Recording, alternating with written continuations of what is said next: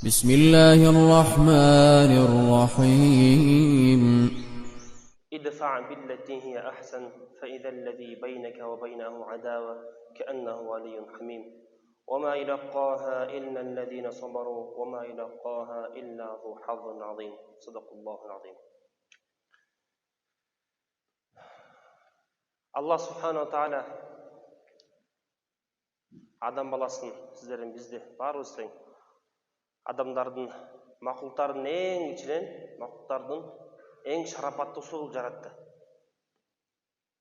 Қараңыз, Алланың бардық мақұлықтардың ішінен ең шарапаттысы болып адам баласы болып жатады.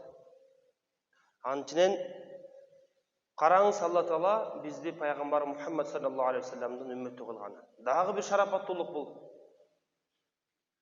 Эми қараңыз, барлық нәрсені жаратқан зат Алланың жаратқан нәрселердің ішінен ең шарапатты мақұлық адам болса. Демек, ал адамға қандай сипаттар тағандық болуш керек? Қандай сипаттар тағандық болуш керек? Жаралышта ең шарапатты болып жатады. Демек, аның жүріш тұрушу, адеп ақылағы, елге болған мамелесі, аның жашоосу дагы ошондой шарапаттуу болуш керек. Ар бир пайгамбарга өзгөчөлүк берилген. Ар бир пайгамбарга. Ал пайгамбар муъжизасын көрсөткөн өз тирүү кезинде. Эми караңызчы, биздин пайгамбарыбыз алейхиссаламдын өзгөчөлүгү жакшы кулук мүнөз. Алла Таала Куранда пайгамбарыбыз саллаллаху алейхи вассаламды мактайт. Нун вал қалами ва ма ястурун ма анта би ниъмати раббика бимажнун ва инна лака ла ажран гайра мамнун ва иннака ла ала хулуқин азим. Нун уламалар айтышат, пайгамбарыбыз саллаллаху алейхи вассаламдын аттарынын бири дейт. Вал қалами ва ма ястурун, қалемге жана ал жазып жаткан нерсеге касам деп Алла Таала касам ичип жатат. Сага чексиз сыйлык даярдалган дейт. Биздин пайгамбарыбызга.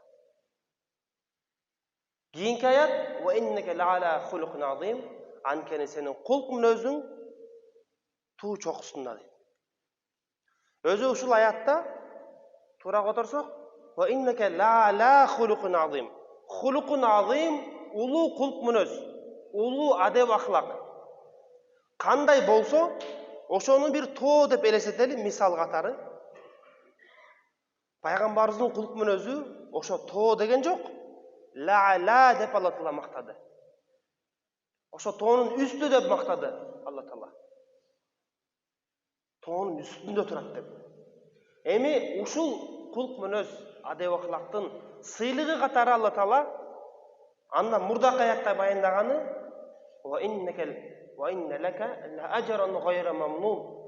Эй Мухаммад алейхиссалам, сага чексиз сыйлык даярдалды дейт. Күндүз бою орозо кармайлы, түнү бою бадат кылалы.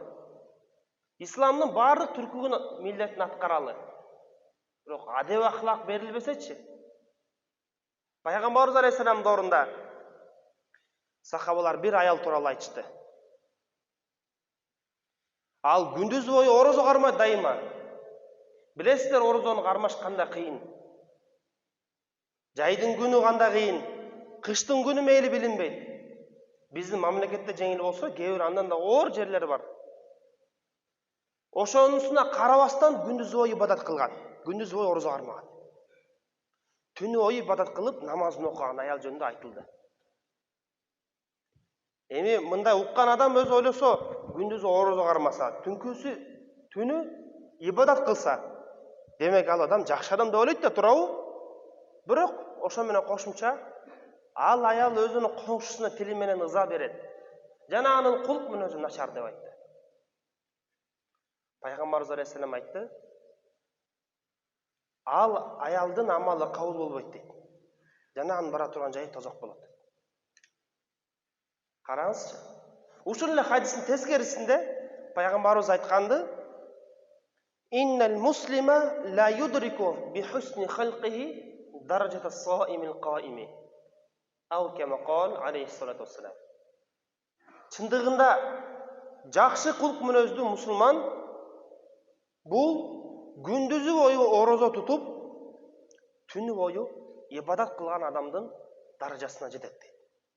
Чындыгында жакшы кулк мүнөздүү мусулман күндүзү бою орозо тутуп, түнү бою ибадат кылган адамдын даражасына жетет. Бул хадис. Аз айтып кеткендей эле, орозо кармаш канчалык кыйын. Айрым адамдарга бул өтө эле кыйынчылык. Эми караңызчы. Түнкү ибадат. Азыр кышкы мезгилде түн узун. Жылуу төшөктөн ажырап туруп, суукка карабастан барып дарат алып, намаз окуп. Мейли сиз 2 мүнөт, 5 мүнөт окудуңуз, кыска. Бирок түнү бою окуш деген дагы бар да, туурабы? Түнү бою намаз окуган. Ошол адамдын даражасына бир адам жете алат да. Ал нерсе ар бир адамдын колунан келбейт.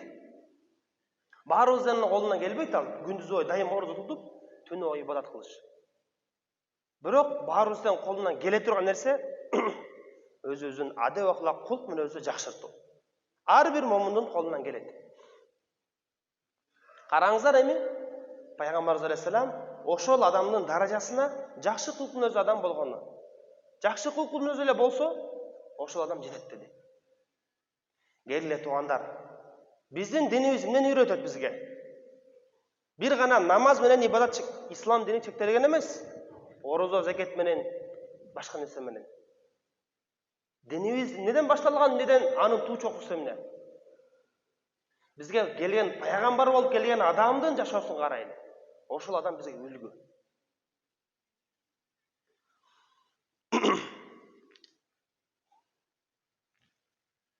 Пайгамбар саллаллаху алейхи вассаламда күндөрдүн биринде бир сахаба келип сурап калды. Ey Алланын элчиси, жакшы кулк мүнөз деген эмне деп. Пайгамбар саллаллаху алейхи вассалам ушул аятты окуп берди. Худил афва ва'мур бил урфи ва а'рид анил жахилин. Деп айтты. Мааниси кечиримдүүлүктү өзүңө алгын, жакшылыкка буйругун жана надандарды жүз бургун дейт. Караңызчы. Демек, биздин ошо кулк мүнөзүбүздүн негизи эмне болуп жатат? Бирөө зулум кылса, сизге бирөө жакшылык кылса, жакшылык менен жооп бериш өтө жеңил ал. Аны баарыбыз эле кылабыз. Бул адилеттүүлүк өзү.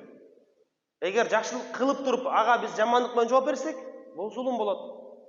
Бирок сизге зулум кылганда, абириңизде акысыз бирөө төксө, намысыңызга тийсе бирөө, мына ошол учурда кечирип, ошого сабыр кылуу, мына ошол адеп ахлак. Мына ошол кулк мүнөз. Пайгамбар саллаллаху алейхи вассаламга күндөрдүн биринде бир уруунун бир адамы келип, алыстан келе жатканда эле Пайгамбарыбыз алейхиссалам жанында Айша энебиз бар эле. Айша өз уруусунун эң начар, эң жаман адамы келип атты. Өз уруусунун эң начар, жаман адамы бизге келип атты. Баягы адам жакындады, келип Пайгамбар саллаллаху алейхи вассалам алдына отурду. Бирок Пайгамбарыбыз не кылды ага? Алдын ала билет эле ким эле ал. Пайгамбарыбыз ага жакшы маанай менен өзүнүн жылдыздуулугу менен толук жүз буруп ага карап, анын маселесин угуп, жакшы сөз айтып узатып ийди анан. Айша энебиз бул окуяга күбө болуп, Пайгамбарыбыздан таң калып сурады. Ey Алланын элчиси, бул адам эң начар, эң жаман дедиңиз эле го азыр эле. Өзүнүн уруусунун эң начар адамы деп айттыңыз эле го.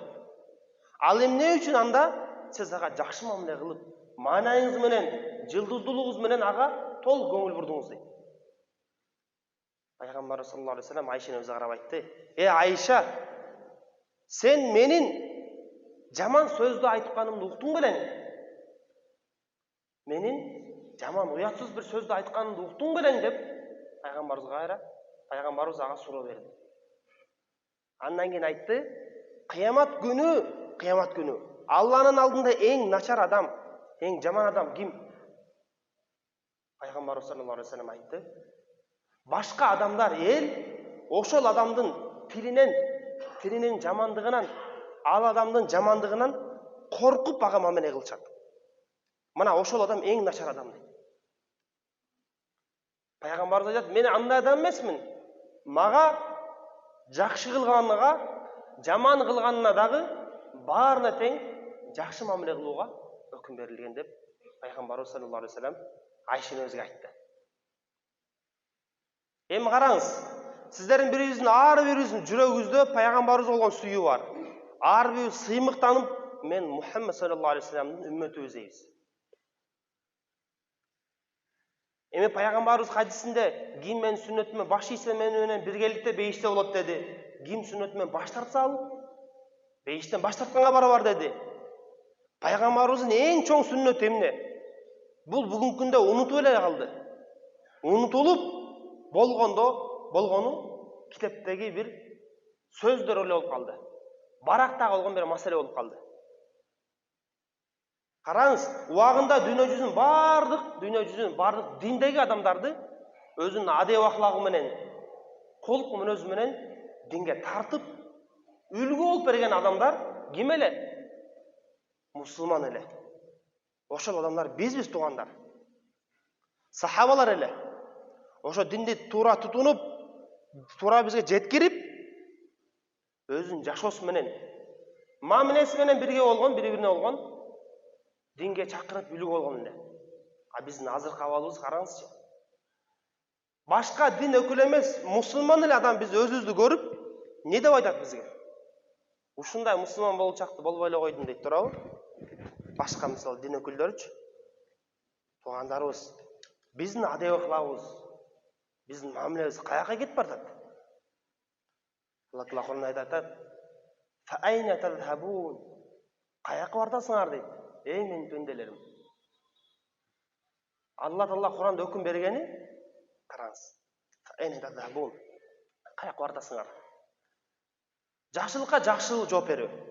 Жамандыкка дагы сабыр кылып, аны кечирип, дагы жакшылык менен жооп берүү. Мына ушул кулк мүнөзгө Пайгамбарыбыз саллаллаху алейхи вассаламга өкүм берилген. Анын үммөтү бизге дагы өкүм берилген ушу урматтуу багдар.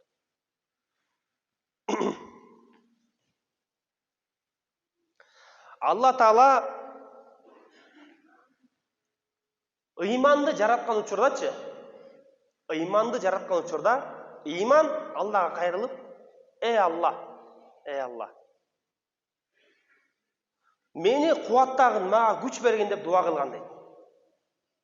Алла Таала ошол учурда ыйманды берешендүүлүк жана жакшы кулк мүнөз менен кубаттаган дейт. Күчтөгөн дейт.